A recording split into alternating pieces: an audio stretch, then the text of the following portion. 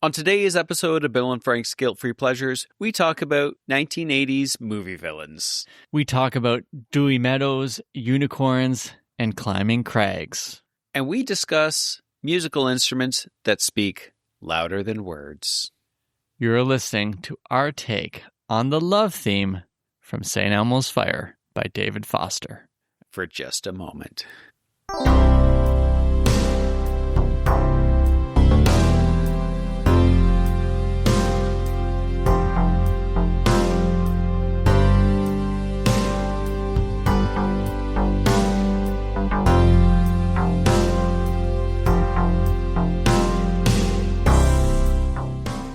About 2 years ago, I think, could have been a year ago, but I think it's 2 years ago, our good friend Mike V came up to us or to me. I'm not sure. He might have waited for you to leave. Yeah, he doesn't like approaching me because I'm usually adversarial. Is that a good word? Yeah, that's a great word. That's right.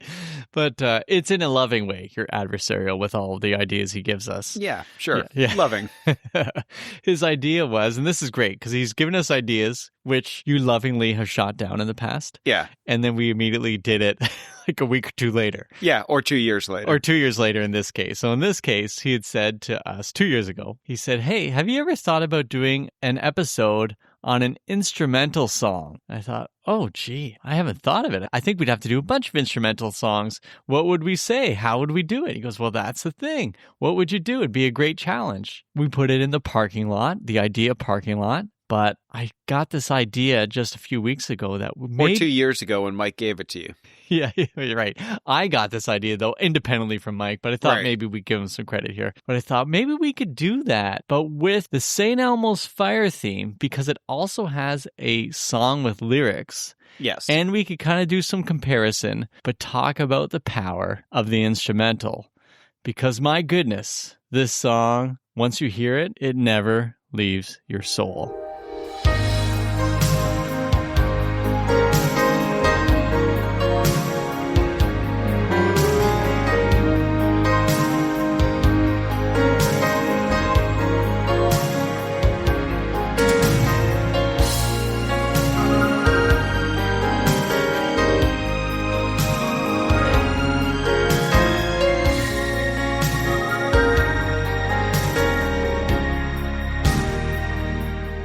And we should also make sure that everyone's aware we're not doing Man in Motion again, which everyone thinks is the St. Elmo's Fire theme song. Right. It references St. Elmo's Fire, but it is not the love theme from St. Elmo's Fire. Right. So the Man in Motion song is actually called St. Elmo's Fire, bracket Man in Motion. Yeah. But this is called Love Theme from St. Elmo's Fire, which is more like the names of the mixtapes I like to give you. You have a great title, and I just give a whole bunch of words. Yeah, yours is usually just very descriptive of the theme and the songs that are there. That's correct. Now, I feel our theme music for the podcast, I like to call the love theme from Bill and Frank's Guilt-Free Pleasures. We have the rock theme that the Julies gifted us a year or two ago. Yes. 2 years ago. Yeah.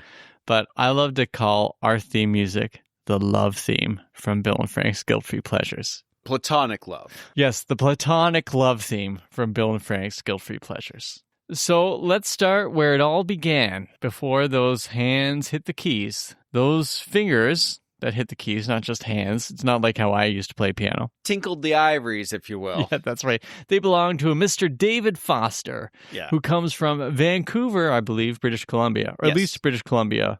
Yeah, he comes from the West Coast anyways. The West Coast. And we talked about him for the Tears Are Not Enough episode. We've talked about him on a number of episodes, like Chicago, Peter Cetera, other songs. Yes, exactly. And he's a bit of a villain in some of the musical lore of the Guilt-Free Pleasureverse, which is not totally fair. It's not totally fair, but it's sometimes fair, I would say. Totally. He hasn't done himself any favors. No. Recent times, he's made some gaffes, or they call them gaffes? Gaffes. I think just gaffes, yeah. So some gaffes he's made on Instagram. So you heard about his wife who had a child, and 10 months later goes, wow, check it out. And she had a baby 10 months ago. Look how great she looks. Oh, okay. And it went really well with Instagram verse. Yeah, I'm sure. Yeah. So He's from a different generation, Bill, where you could say things like that. yeah, You know, pre-internet and all that. Yeah. He reminds me in some ways, and we'll get to his backstory, but of somebody who he's really talented, but when he holds a conversation, he doesn't say the right things. He comes across egotistical, but I think he comes across it honestly, he's just a bit of a savant musically. Yeah. And sometimes social skills don't always kind of line up. They don't translate. Yeah. And it's funny too, because you think about David Foster and all the honestly beautiful songs that he's been a part of and the types of songs that I love. You drive the spout into them and it's just syrup that's coming out, right? Canadian maple syrup. That's a David Foster song.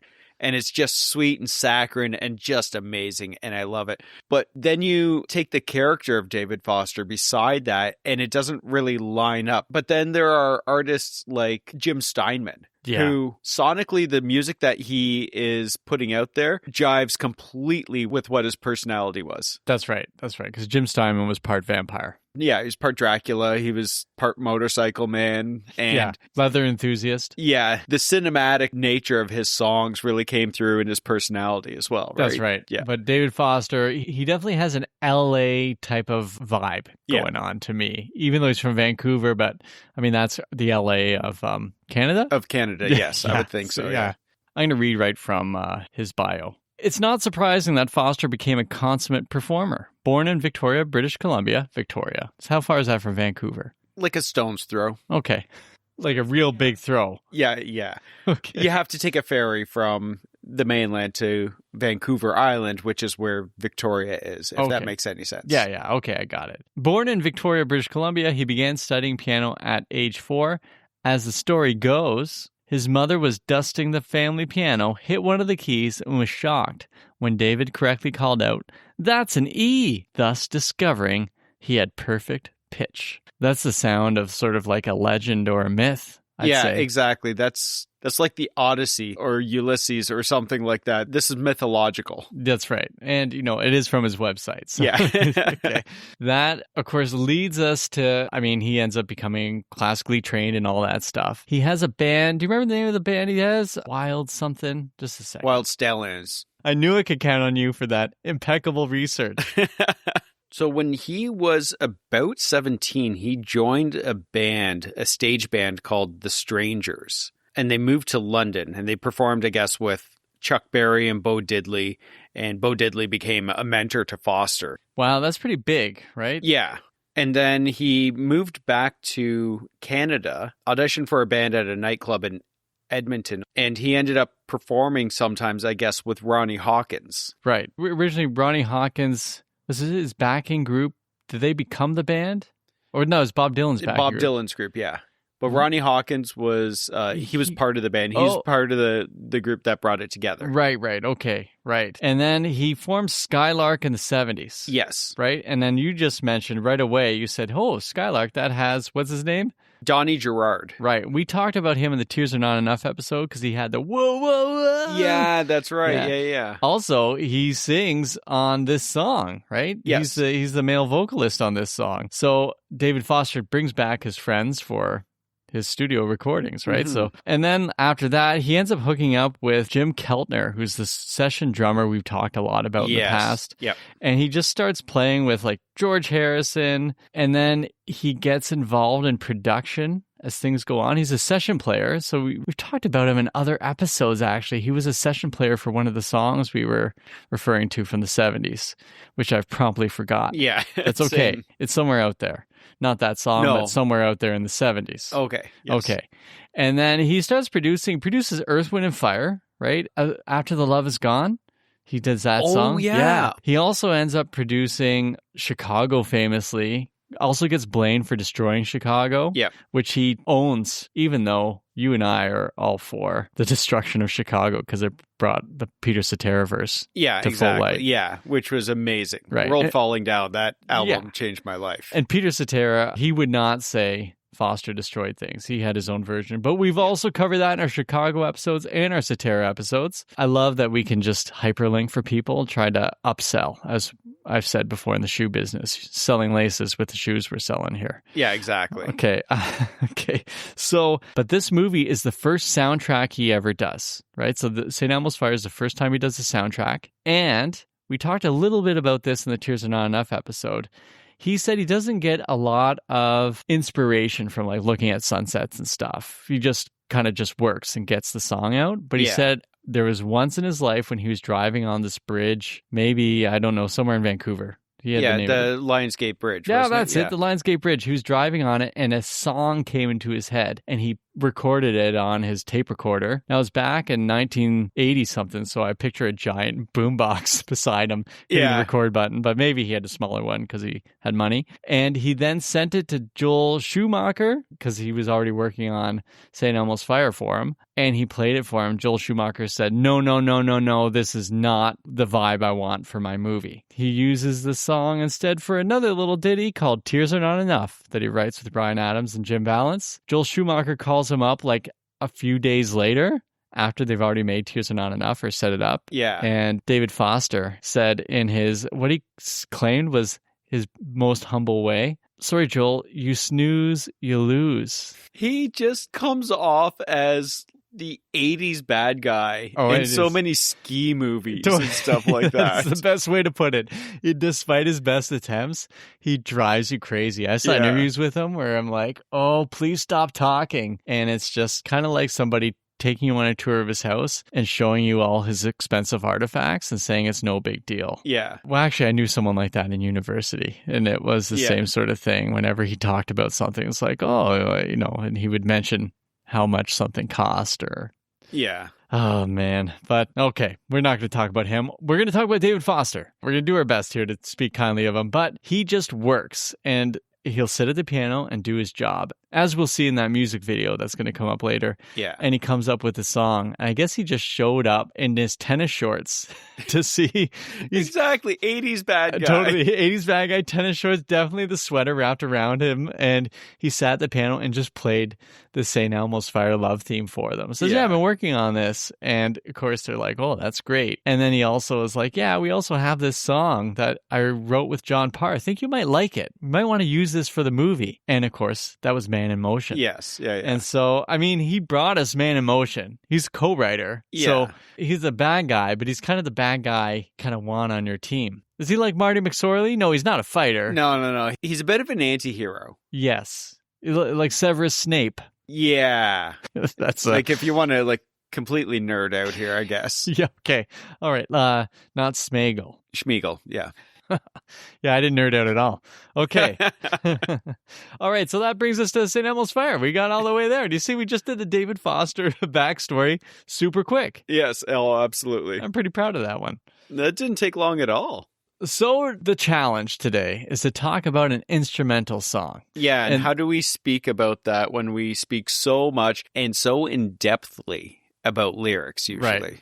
I'm going to bring the same vigor to the sounds that I do the lyrics. And to me, the sounds of this song are the lyrics. So let's begin where most songs begin, at the beginning. Wow, you really didn't know where that was going, did you? I didn't. That's how I speak. I just open my mouth and I'm not sure what the next word is going to be. Okay, I got something written down here. For the very beginning of the song, we hear not violins, but synths. Yes. So could you tell me what they sound like? If I was to make the sound vocally, it would be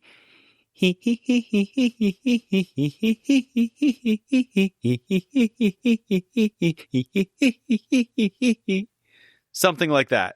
Am I even remotely close? Yeah, it almost sounds like a happier version of the laughing sound that Jack Nicholson had when he had fallen to his death in as the Batman. Joker in Batman. Yeah. Yeah, it sounds like that.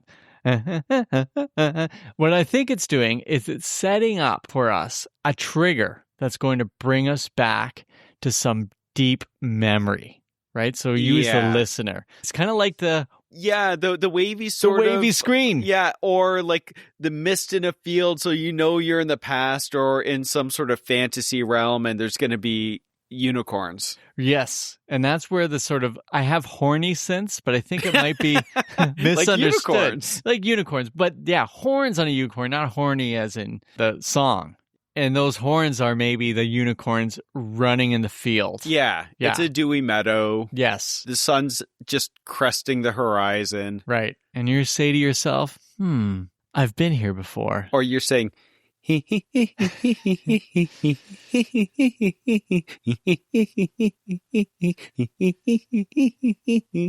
yeah, but that was like 3 times as long as the section we're going to play right now. I stand by my recreation.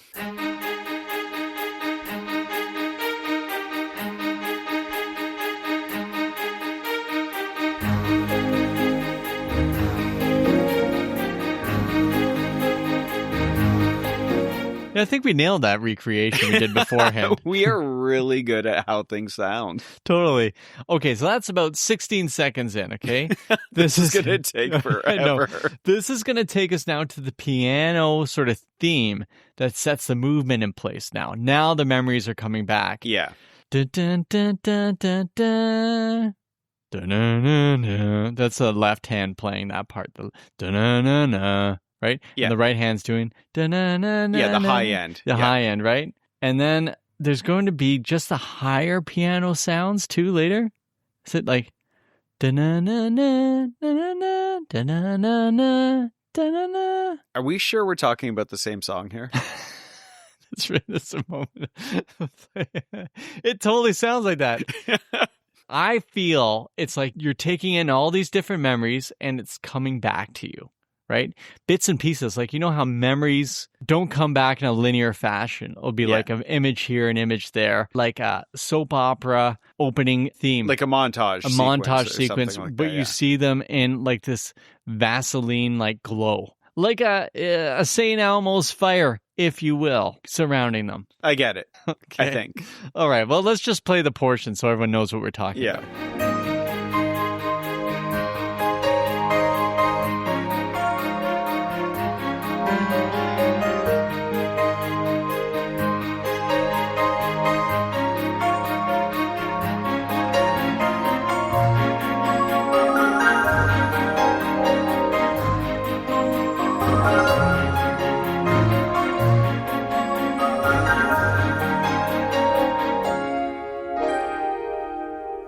Okay, we're doing great here, Frank. This is amazing because what's going to come up next? So this is like a lyric to me. There's going to be some drums. Now you got the Wikipedia page. We should take a look at the players on this song. Sorry, the drums are played by Tris Iboden. Okay. Or Iboden. Right. Is that it? That's just drums and then... Oh, yeah. David Boroff is the saxophone player, and then David Foster obviously is keyboards. Else. Yeah. And the keyboards is like everything. And if I recall from the Tears Are Not Enough episode, he's like, I don't need horns. I could do it on my keyboard. That's and right. Play it. Yeah. And like, well, I think the horns sound better than this. Yeah. I was thinking of like soundtrack movies from the 70s that would have a full band, and then you get to the 80s, it's like, yeah, we just got Foster. It saves a lot of money. He just puts it all on his special little keyboard. Yeah, it's just going to smash it out on the keys. And he did. And there was a glorious time for the synths. Oh, yeah, absolutely. And so here we got some drums, though. Drums, and there's some fills in there that I really enjoy. No, there's 2 Davids and a Tris. There's no fill. I walked into that. It's okay. I'm going to keep moving. But it wraps you up, I have written here. This sound is going to wrap us up and bring us in. It's so comfortable. It really is curling up in a blanket in that dewy, meadowy field, which is actually going to get kind of uncomfortable. Yeah. Yeah.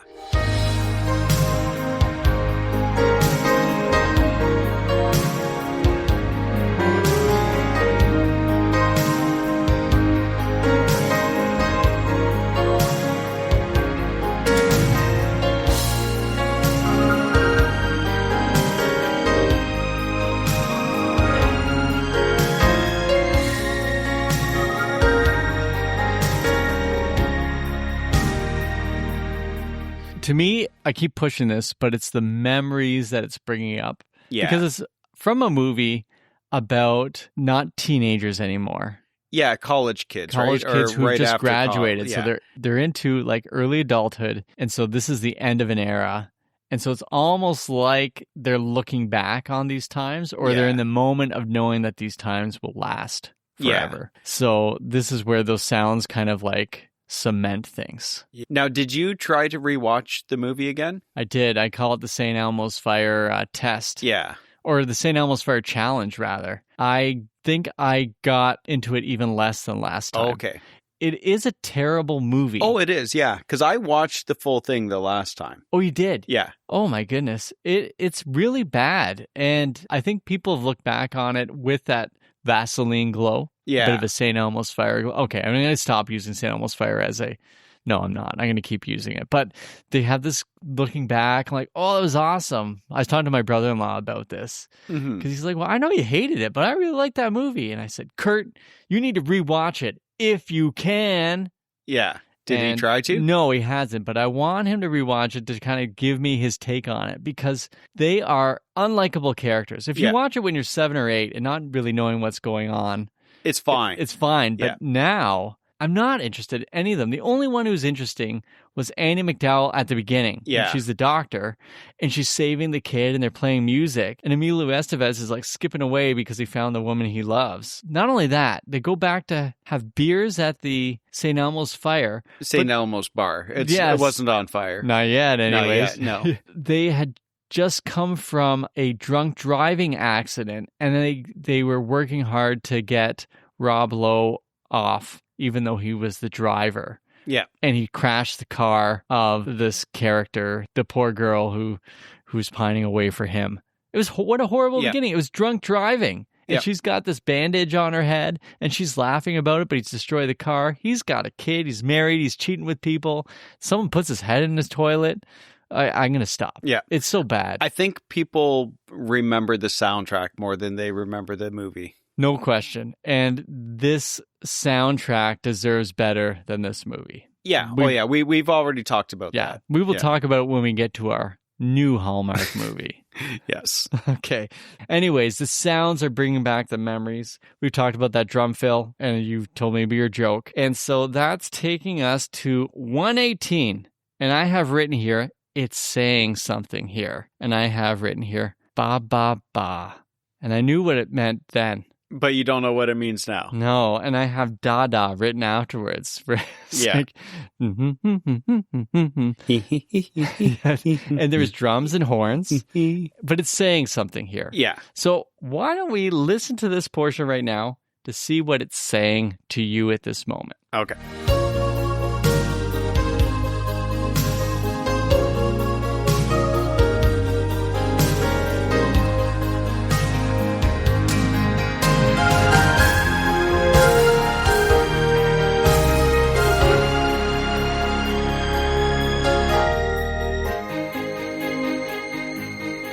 All right, Frank, what are you hearing there? Now I know it. I know that it's kind of lifting up. Yeah, it's starting to crescendo, if I can use a term that I'm not confident in. Yes, but I think you're right. It does crescendo. But it hits the peak, and then it kind of plateaus off because it brings you to a point of realization and then reflection. If that makes any sense. It does. It makes great sense. So if we may, and if I may, walk us through the dewy meadow. We are now looking at a hill that's maybe more like a crag, like the ones that you'd have in Scotland and stuff. I know you're going to make a joke about somebody named Craig, so I'm getting ahead of that.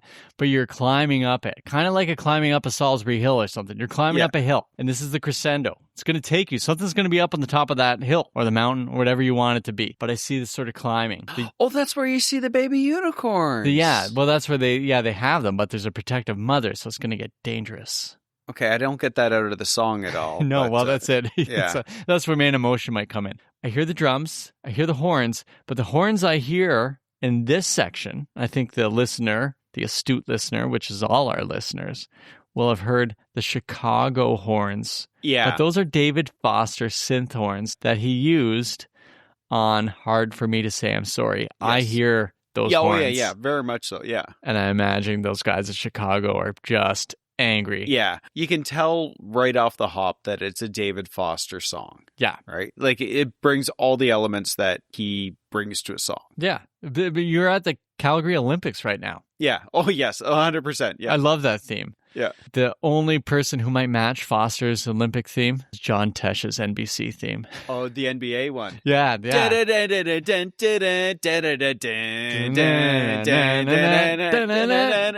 Well, we'll be doing that for the next instrumental episode. Our special. I think it's called Round Ball Rock. Oh, is it? Yes. Tesh also has his talk show, or the show where he plays all the soft music, but he has music that he has accompanying that. We'll have our Tesh episode. Oh, absolutely, we will. Anyways, back to this song. You're up the hill. We're ready. We've heard the Chicago horns. We've heard that ba ba ba ba da da da da. Yeah. Whatever they mean to you. I know what that means to me. I immediately lost it after we finished listening to it. Yep. But what it brings to us is 144 to 214. And this is where Mr. Sax steps in. Yeah. And the sax has something to say. I think it's saying something about love. You get that impression with this song, wouldn't you? Yeah. You know, it being the love theme from St. Elmo's Fire. Wow, that is a good point. And the sax is the one that speaks love, especially not so platonic. I'd say it's more erotic. Yeah. Yeah, it's the physical of the love instruments. Yes. So it's saying something about love, about desire, bringing you back maybe to first loves, or Emilio Estevez's character of stalking love. Yeah, that was, yeah. Yeah. Back, we talked about that in the Man in Motion episode. Yes. They all regret it. The less we talk about the movie, I think the better. The better.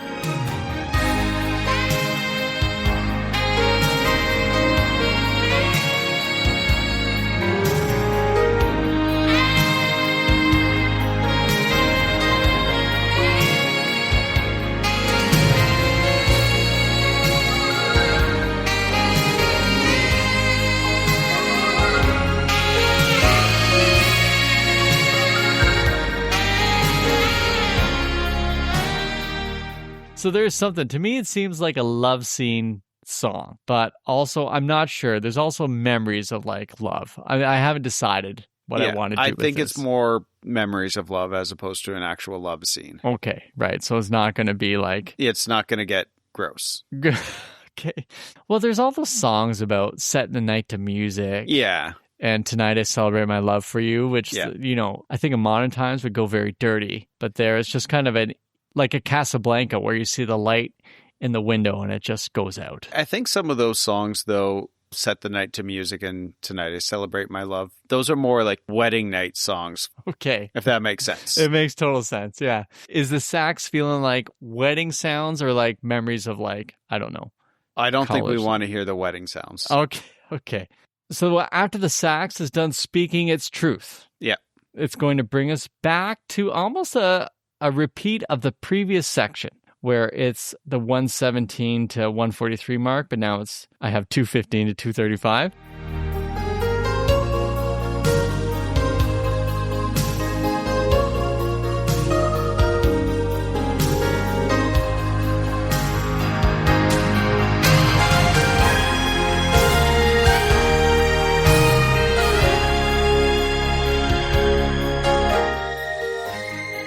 Bit of a lift, a little more, as you like to say, a little more oomph in it, but very similar. Yeah, it punches it up a little bit. Then, and this is kind of like, I don't know if they call it charismatic. I think they call that in the theology world. Ashley was trying to explain this to me. I have no idea. Yeah, no, I don't know either. But it seems to have this symmetry because the next section is going to bring us back to the beginning, but with more synth valence. Viosynths, that's it. I messed my own catchphrase up. But it's going to be bringing us back there. And then I have written here, regret, reminiscing, whimsy, ? I think they all kind of come together because I think they're all saying something. Whimsy and regret rarely go together. Yes, but you know what? I learned from Mike V, which he learned from a podcast, I think, somewhere. Like ours? I hope so, but I think that would be very meta since he told us. Then we use it in the podcast. Now I'm going to use it again. Nostalgia is looking back kind of fondly on the past, but with pain. Yeah. Yeah, and so there is this reminiscing has some elements of that pain there. So there's whimsy, but there's also kind of like, oh man, that one got away. That's okay though. But you kind of move through that, or at least I sometimes do that. See, I think about whimsy as I don't know, skipping down the street in a clown wig or something like that. That's more whimsical to me. Okay. All right. Well, let's go with regret, reminisce. How about regret, reminisce? They both have ours. Okay. So that's what I'm hearing here. Yeah. And I feel all the different instruments might play a role. So like the piano might be one character. The sax is definitely a they're all different characters, right? And the drums kind of like hey, I'm the cool guy. Like Nick from Family Ties. Exactly. Nick from Family Ties, the Fonz from Happy Days. Yeah. Tony Danza. Yeah. From anything Tony Danza's in. His name's usually Tony in those shows. Yeah, so there we go. That is that's my take on it. And then that leaves us to the end where the sax says, hey, don't forget about the love. Oh, yeah. And gives that. Are we talking the tail end? Yeah. And I remember as a kid loving to hear that part. I knew the end was coming, and I never liked songs ending. But with this one, the payoff was there because that sax is going to bring you to the end. Yeah. And hopefully, and this rarely happened, the stinking DJ wasn't going to start talking over it. Hey, it's Joy 96. How's one doing? What's the weather like out there? Like, no, the sax is taking me somewhere.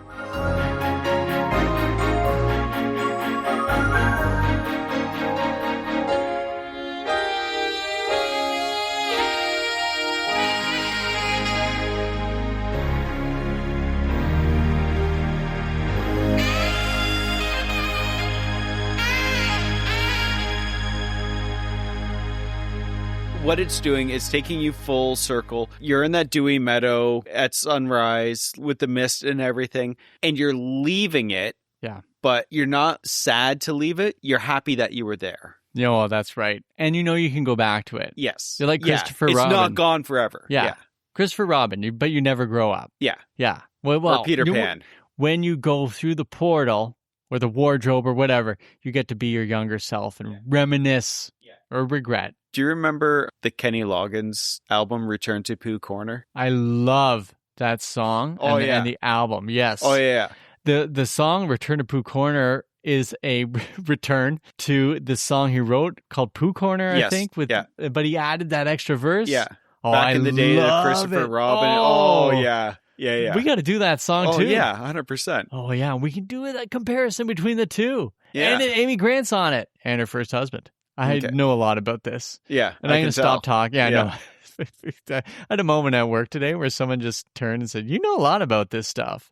And I had a moment like, you don't want to know how I know all this. Yeah.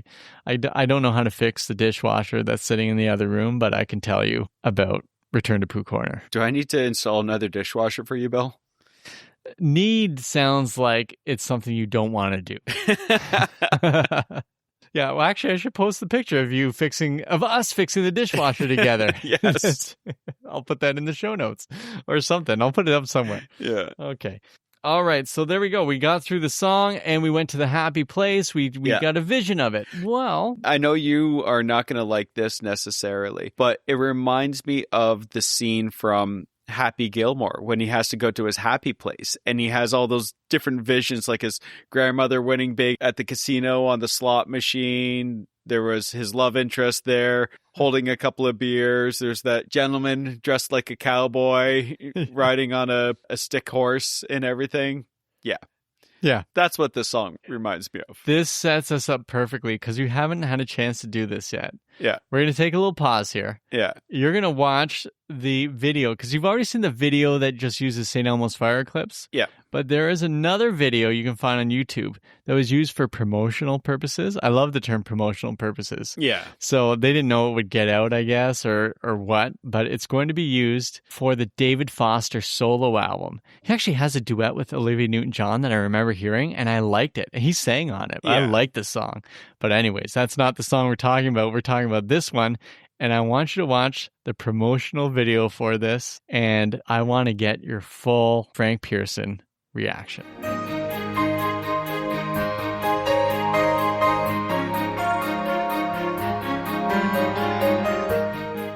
All right, Frank, I wanted you to experience it just like I did. I luxuriated in it, yes. Tell me what happens in the video.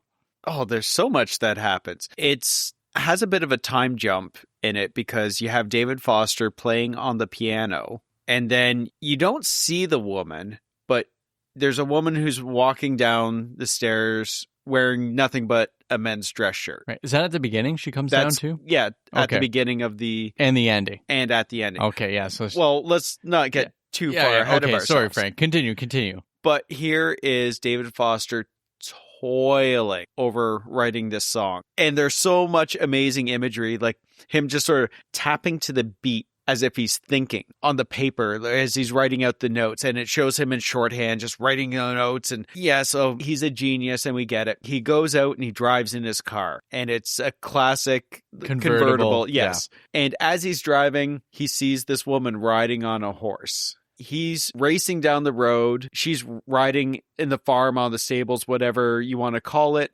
And they kind of gesture at each other and they race against each other. Right. She jumps one of the fence like things. A fence, yeah.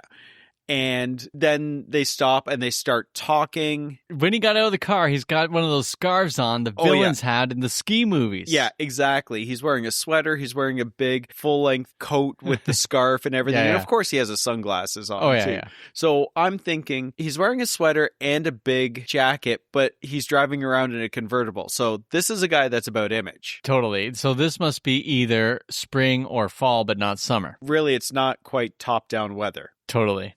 Anyway, so they get to talking, and it shows them walking back to a house of some sort. And then there's another 80s villain who walks out the door, and he's hands on hip, looking disapprovingly at David Foster and this woman who has some very similar features to Princess Diana, I would say. Yeah, this does have a Princess Di vibe. Yeah. The guy who answers the door, we assume is her actual boyfriend, unless he's like an angry brother. Yeah, that's what I was thinking, because she makes a pretty bold move. Yeah. And kisses him on the cheek in front of him. And the guy's not happy about that. Yeah, no. And David Foster gives the hands in the air, shrugging the shoulders like, I didn't know. I didn't know. This is her boyfriend. Like, hey, man, it's okay. And he's like, hey, what am I doing? Like, I don't know, David Foster. Who's going to trust you? You're a ski villain. But that guy's a villain too. Yeah, exactly. Well, one's a ski villain, one's a tennis villain.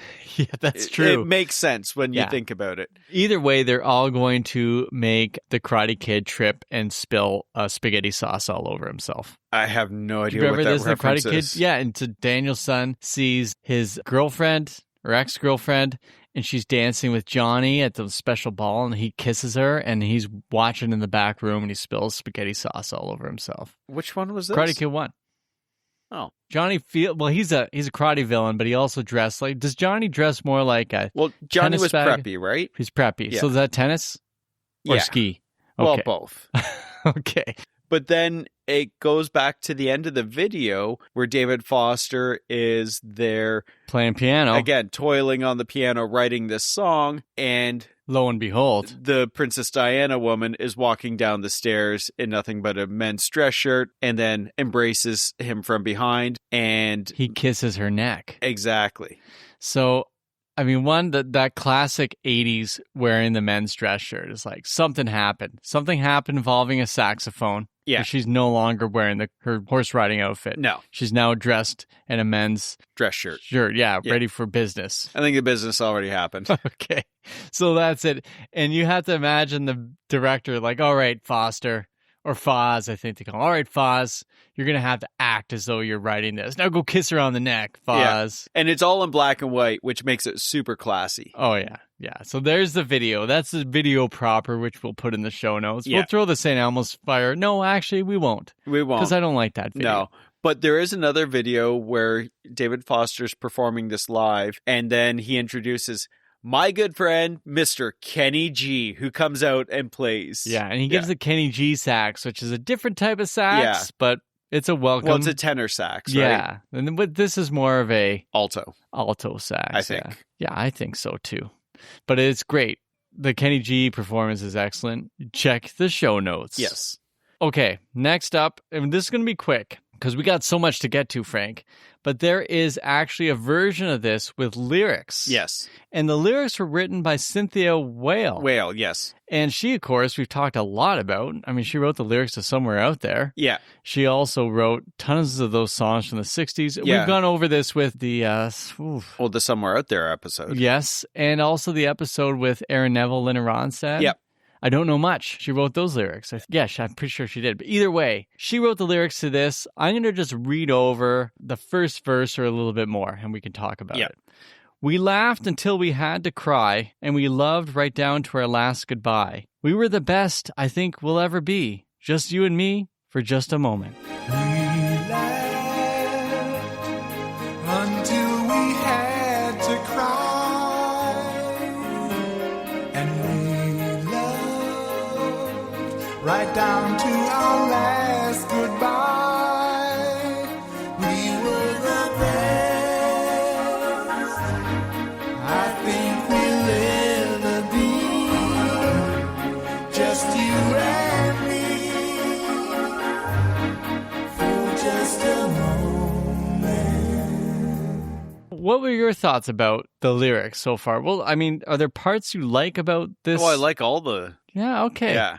I know it's like syrupy and sappy, but I love that. Yeah. This isn't just maple syrup. This is like corn syrup, maybe? No, it's maple syrup because it's mostly Canadian. Because Donnie Gerard is Canadian, Yeah. and so is David Foster. Oh, and who is the other singer? It is Amy Holland. She had an album in the 80s that was nominated for like Best Debut. Best New Artist, yeah. And then she didn't make another album for till the mid-90s. Yeah. Do you know the name of her husband? Michael McDonald. You're correct. You knew that already? Yeah. Oh, okay. I did my research. I read some Wikipedia Okay, pages. all right.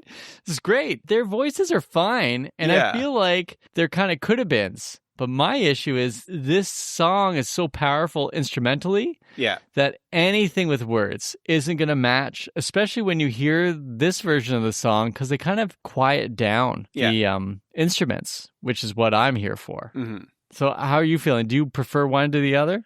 I mean, the instrumental is really, really good. I still really like the version with the lyrics as well. But yeah, the instrumental is the better of the two versions. Right. But I also like to know what the song's about by them telling me by singing words. Yeah. This is the crazy part, though. The lyrics were written after, but you're correct, because it does capture this idea of going back in time. So I'm going to read the part I like anyways. Oh, okay. It's kind of a chorus. Time goes on, people touch, and they're gone. And you and I will never love again like we did then. Time goes on, people touch, and they're gone. And you and I will never love again like we did then. Yeah, that's my favorite part too, Yeah. I would say. That's if there's a part that brings me joy in this version, Right. it's that Yeah. part of the song. And I think it does sound great, and it works with the reminiscing. And reminiscing comes back in the next verse where they say, someday when we both reminisce. Yeah. Well, yeah, There because wasn't the too word much. reminisce is there. There is, and I was arguing for it. And then it says whimsy. No, it doesn't. I know. I knew you were going to be on me on that. There's no one in a clown wig there, Bill. No. Oh, Walk the Dinosaur had more of a clown week Yes, thing going on. yeah. But yeah, the people touched and were gone. I'm not sure about we laughed until we had to cry. As in, like... That's how the song opens. But I think that's, you're reminiscing and you're thinking about all the good times and you're laughing and having a good time. But then there's a realization at the end that there's a parting of ways. Right. So you're laughing and having such a good time, but knowing that there's an end to that. Right. So there is some pain in yeah, it. The it's- nostalgia. Yeah. Yeah. Yeah. Goodbyes are always so hard. Yeah. Like Boyz II Men told us that. Yeah. My goodness. All I think about is Michael Landon. Didn't they play that for Michael Landon when Michael Landon passed away? Oh, probably, yeah. They played for, I guess, a lot of people when they passed away. It was in Lethal Weapon 3, if I do recall. Was it? I don't know. I haven't seen that one in Okay, a I'm long going to stop time. talking about movies. Yeah. You know. Yeah, that's when Danielson spilled stuff all over himself, but it's crazy. And Murtaugh wanted to retire at that moment. All right, we nailed some lyrics there. Did we? We barely talked any we lyrics. Did. I mean, we can. Well, I don't. I'm just conscious of me taking so long. I felt that I spent a lot of time luxuriating in those sounds. Retelling the entire movie. Exactly. Yeah. There is an equation we've had in this podcast, and I do wonder if this challenges it. Music plus lyrics equals song. Yeah. But we started with just music. Yeah. Does it equal song? Yes, because in a sense, the instruments are providing lyrics because you can hear them speaking. Right. What's providing the music then? Well, they can do both. You can have an a cappella song. Because your voice is the instrument. Right, okay. Your instrument can still be your voice, too, right? All right, I like it. I like the thinking. We were branching off into new directions here. I'm scrambling and trying to justify my position. Yeah, that's right. The key is to justify and then run away. Yeah, exactly. Okay. Give no chance for rebuttal. Well, I feel we kind of gave a Hallmark movie with the Dewy Meadow. Is our Hallmark movie going to be a trip down memory lane to a Dewy Meadow? Yeah, but I believe that it should involve fire people. Oh. Yeah. Like not people on fire, but like firemen and women. Yeah, but not like Backdraft. No. So just the heroes of our community. Yes. Okay, so tell me what the fire people are going to be doing. I'm not certain. I think that I want them in there just because it's St. Elmo's fire. Oh, right. But you don't want them to be sailors? Because it's like red sky, morning, and sailor take, morning. No, wait, that's not St. Elmo's fire. Or they see something that tells them it's going to be okay. Yeah, it's something with sailors. We'll have to revisit the movie to actually remember what they're talking about. Okay. And I'm not in a place spiritually, emotionally, or mentally where I can do that right now. Are any of them named Elmo? No, I don't think there's an Elmo. Maybe someone has the nickname Elmo. Right. But there's fire people involved. There's reminiscing. There has to be some danger, right? Yeah. And is there a portal? Are we doing or is this No, this is a romance movie. And so you have like the dream sequence takes you to the Dewy Meadow? No, you can just walk there. Are there unicorns still? Yeah. Unicorns exist. Right, of course. Okay. Is there still going to be a guy playing the saxophone on top of the crag? And is it the same guy from the Lost Boys who played the sax at that party? I think so, yeah. The same outfit. He's going to wear the same outfit. Absolutely, Okay. This is already a great movie. It's already better. It's way better than St. Elmo's Fire. Well, all the characters are already more likable. Yeah, exactly. Oh, the firefighters, they could be the one that attended to Rob Lowe in his drunk driving accident. Oh, man. Oh, yeah. They said they're going to rough him up a little bit to send a message. Well, yeah, exactly. Send him out to the Dewy Meadow. That's right. I'm really proud of this next category. Should this be a figure skating or floor routine? And Frank, since you said figure skating, what type of figure... I haven't said it yet. I know. What type of figure skating should it be? Singles, pair, or dance? I think dance. Okay. And then who would you have do the dance? I don't know too many dance pairs from figure skating, so I'm just going to stick with Canadiana. Were Torval and Dean dancers, or were they pairs? I think they were pairs, and they're also... I think they were from Britain, weren't they? Were they Canadian? They weren't Canadian. They're from... I think Great Britain. Oh, who am I thinking of? You're thinking of either Tessa Virtue and Scott Moir, or you're thinking of... But I thought those were pairs too, or were they dance? They are. Jamie Selle and the other guy. Peltier. Yeah. They were our dancers. Yeah. Okay. So them. They're them. Okay. I'm going with pairs, but I'm going to go with a classic choice. And this time, I've come up with a nickname. You know how they have Brangelina and Benifer? Mine is Vitano. I like how you had it, but then you obviously just made it up right now. I did. That space is a bit long. We'll have to cut that one back. Yeah, that's not happening. I also have written here on my notes that I made up an hour or two ago. Vitano, if you will. And it's Cat Vit and Brian Boy. See what I did? I gave them more nicknames. Katarina Vit. And Brian Boitano, but I call him Cat Vit, Brian Boy. We're cool that way. Are we? No. I love figure skating, though. I know. Did you show it all during the Olympics to your class? Well, it's really important. Well, math kids need to know about angles and it's true. Axles and Lutzes. Yeah. So, Vitano for me. I mean, the perfect song they already did, which was Hands to Heaven, an episode we've done already. But yes, St. Elmo's Fire, they could totally kill it. Yeah. Oh my goodness. Not a dry eye in the house. No. Okay, Frank, next part. What part of the song brings you joy? I think it's that bridge or chorus or whatever you want to call it. Lyrically, it's when the time goes on. Yeah. I was just thinking that, but the instrumental version. Yeah. I like it right before the sax. I love the Yes. sax, Oh, but yeah, I yeah. like the Right build before- up. Right yes. before it's Oh, like... yeah. So the cat and heat part is what you're talking about. Exactly. Oh, man. I'm not going to continue that analogy any further. Okay. All right. We nailed that one about joy. Seasons of the songs. Fall. Okay. What time? Afternoon. Afternoon. Is there leaves kind of floating in the air? No, but there is a pile of leaves on fire like that happened in the movie and in the video. Okay. I have winter night possibly, Oh. but I also had fall. I think a fall night, I need it to be in front of a fire. Oh, okay. Yeah. I need to be wearing an oversized sweater like David Foster while I stare at the fire, holding my pen to my mouth, but not the ink side, the other side, trying to think of what to write as I edit the podcast. It's going to be me writing notes for the podcast. Gotcha. All alone by the fire. It's okay. Because Ashley's like, what is this music and why do you listen to it? Exactly. She's going up to listen to Charlie Mingus or something. Yeah.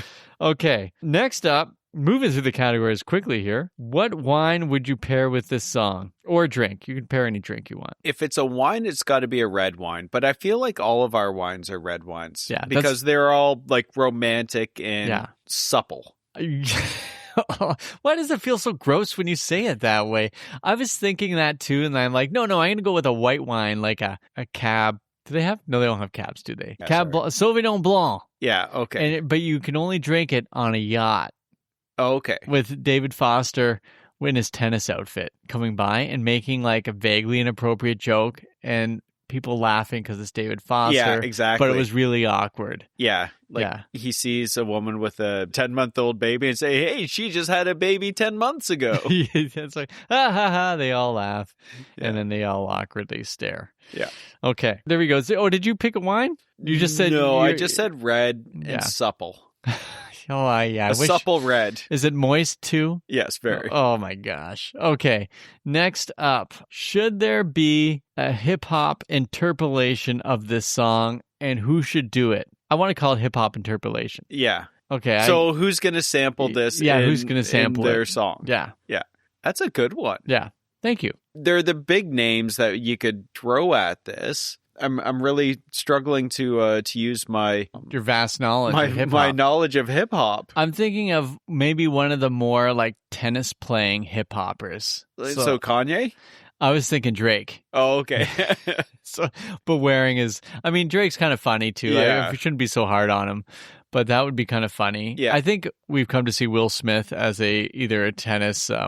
I know that he has his place in hip hop, but I don't see him as a contemporary to hip hop artist. Right, and I can't help but see the Family Guy episode where he was hip hopping. And did you ever see that? Yeah. I also have written here, it's not really hip hop, but it's adjacent somehow, and you're going to hate to hear this, but this might be a version I would hate, but I would think it'd be really funny to hear what Kid Rock could do with it. That would be brutal. Yeah. How do you destroy this song? Yeah, exactly. So there's my takes. I mean, I've been listening to a bunch of Wu-Tang lately, but I know that they use samples from Kung Fu movies often, but that would be very funny. Yeah, how do you use the sample from St. Elmo's Fire in a Wu-Tang song? A bunch of rich yuppies in the 80s. Yeah. It would be very funny. It would be amazing. Oh my goodness. Okay, perfect. All right, Frank, you got a top 10. Yes.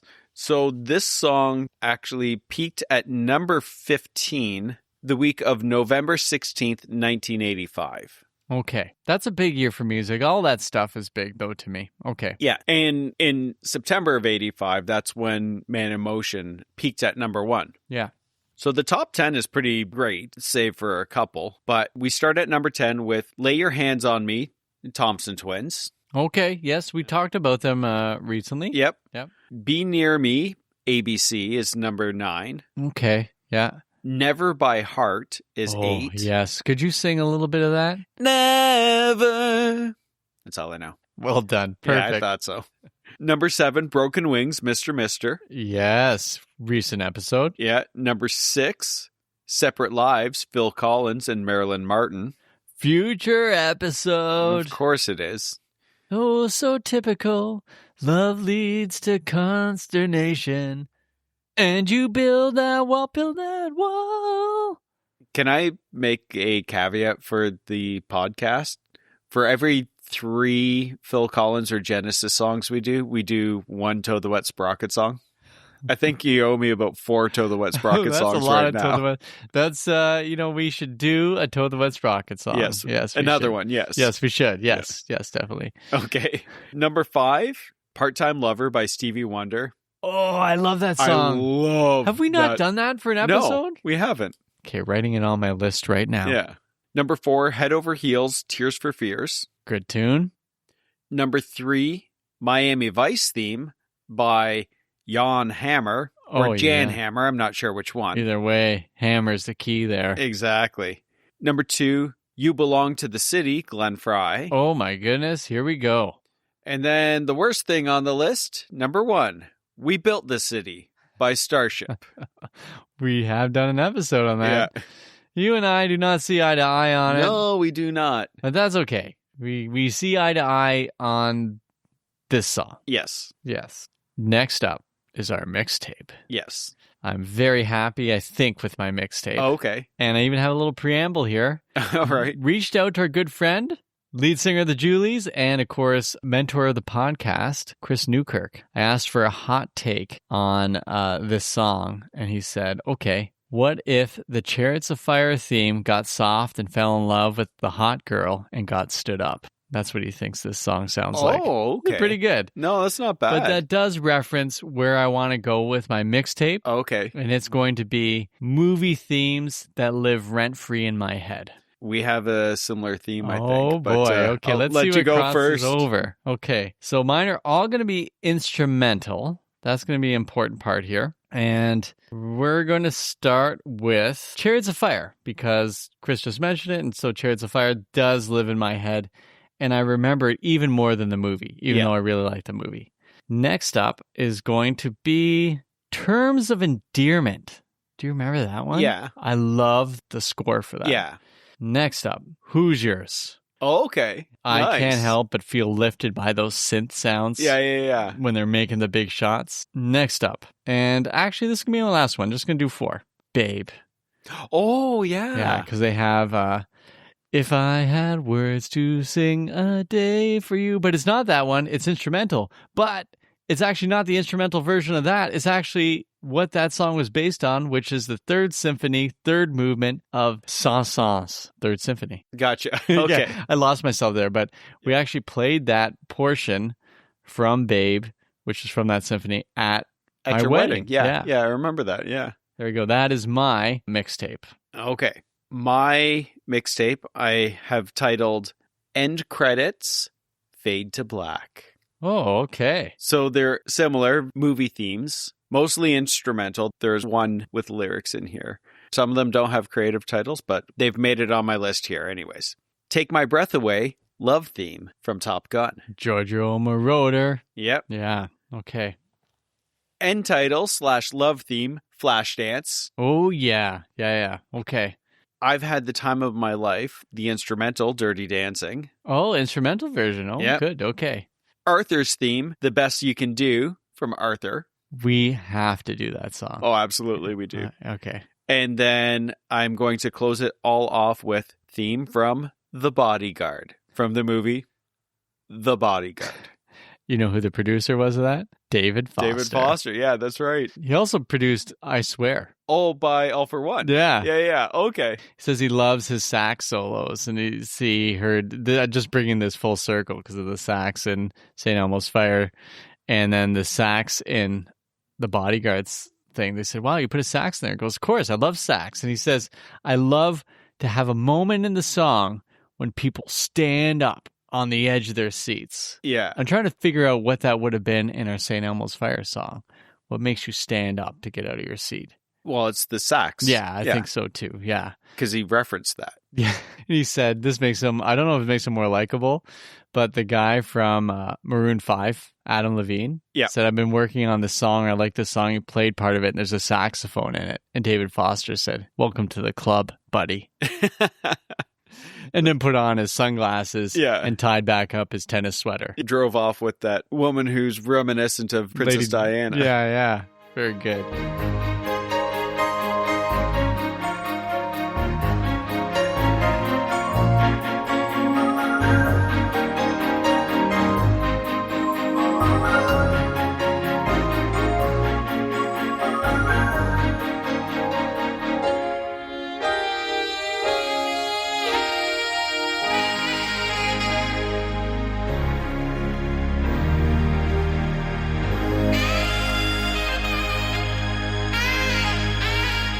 We want to thank you for our experimental episode on instrumental music. I'm sure we're going to hear from Mike V and know if we pulled this off. I don't want to go too far out on a limb here, Bill, but after doing a bit of a experimental episode and really nailing those sounds and creating those landscapes with the music and our interpretation of it, I really think we were the best I think we'll ever be. Just you and me for just a moment. Da-na-na-na-na-na-na. Dun, dun, dun, dun. Dun, dun, dun, dun. You've been listening to Bill and Frank's Guilt-Free Pleasures.